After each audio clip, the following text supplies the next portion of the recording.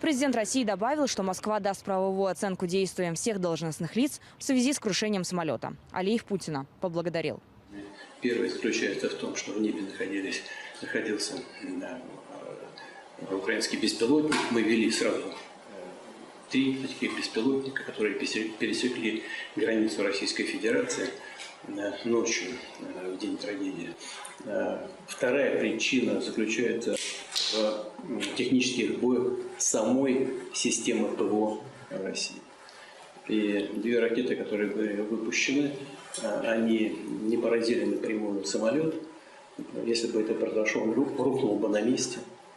А взорвались, может быть, это была самая ликвидация, в нескольких метрах, где-то примерно в 10 метрах. И поэтому поражение произошло, но главным образом не поражающими элементами боевыми, а, скорее всего, обломками самих ракет.